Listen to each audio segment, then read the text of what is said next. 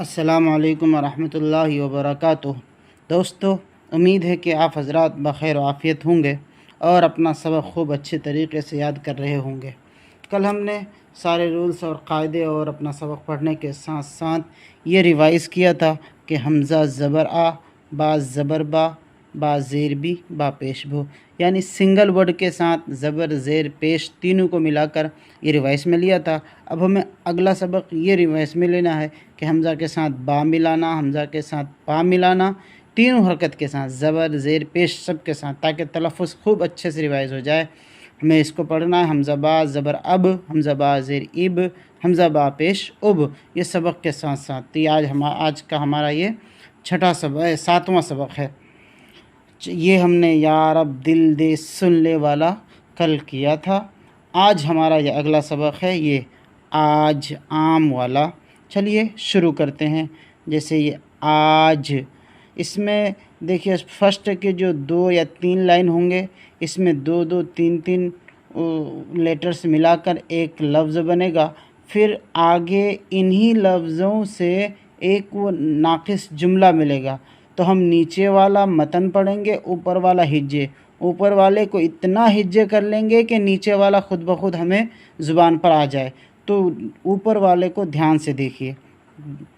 آج، حمزہ مد زبر آ، جیم ساکن، آج، حمزہ مد زبر آ، میم ساکن، عام، با الف زبر با، پا ساکن، باپ، با الف زبر با، تا ساکن، بات، پا الف زبر پا، کاف ساکن، پاک، جیم الف زبر جا، ٹا ساکن، جاٹ، چا الف زبر چا، را ساکن، چار، دال الف زبر دا، لام ساکن، دال، ڈال الف زبر ڈا، لام ساکن، ڈال، را الف زبر را، جیم ساکن، راج،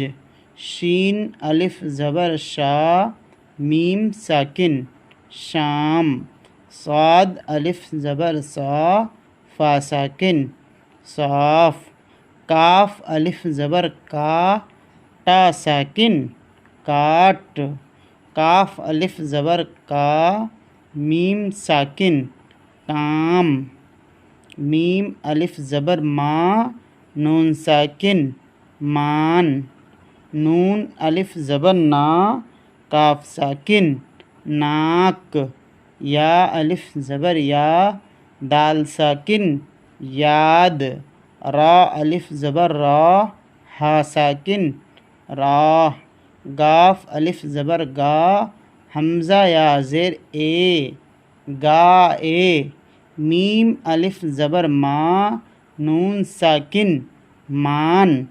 یہاں 2 لیٹرز ملا کر ایک لفظ بنا۔ اب آگے آپ یہ جملہ بناتے ہیں۔ جیسے اوپر ہم نے پڑھا عام، تو یہاں لکھ دیا عام لا دو۔ اوپر ہم نے پڑھا جاٹ، یہاں لکھ دیا جاٹ سے کہ۔ اوپر ہم نے پڑھا ساگ، اب یہاں لکھ دیا کہ ساگ کاٹ لے۔ اوپر ہم نے پڑھا تھا گائے، یہ والا کہ گائے دوہ لے، راہ پر چل، دال، اوپر ہم نے پڑھا دال، یہ دال لے لو۔ اوپر ہم نے پڑھا تھا ناک، یہ ناک صاف کر، پاک صاف رہ، حق کو یاد کر، شام سے نہ سو، ماں باپ کی بات مان۔ ہم نے مان بھی اوپر پڑھ لیا تھا، ماں بھی پڑھ لیا تھا اور باپ بھی پڑھ لیا تھا۔ اب اس کو جملہ بنا دیا کہ ماں باپ کی بات مان، 4 دن نہ جا۔ ہم نے اوپر 4 بھی پڑھا، دن بھی پڑھا، یہاں صرف لکھ دیا نہ جا۔ ان کا راج ہے، آج کا کام کل پر نہ ڈال، یہ سارا ورڈز ہمارا گزر چکا اوپر، سب اس کو ملانا ہے۔ بس آج کا سبق اتنا ہی، اس کو آپ خوب اچھے سے ریوائز کیجئے۔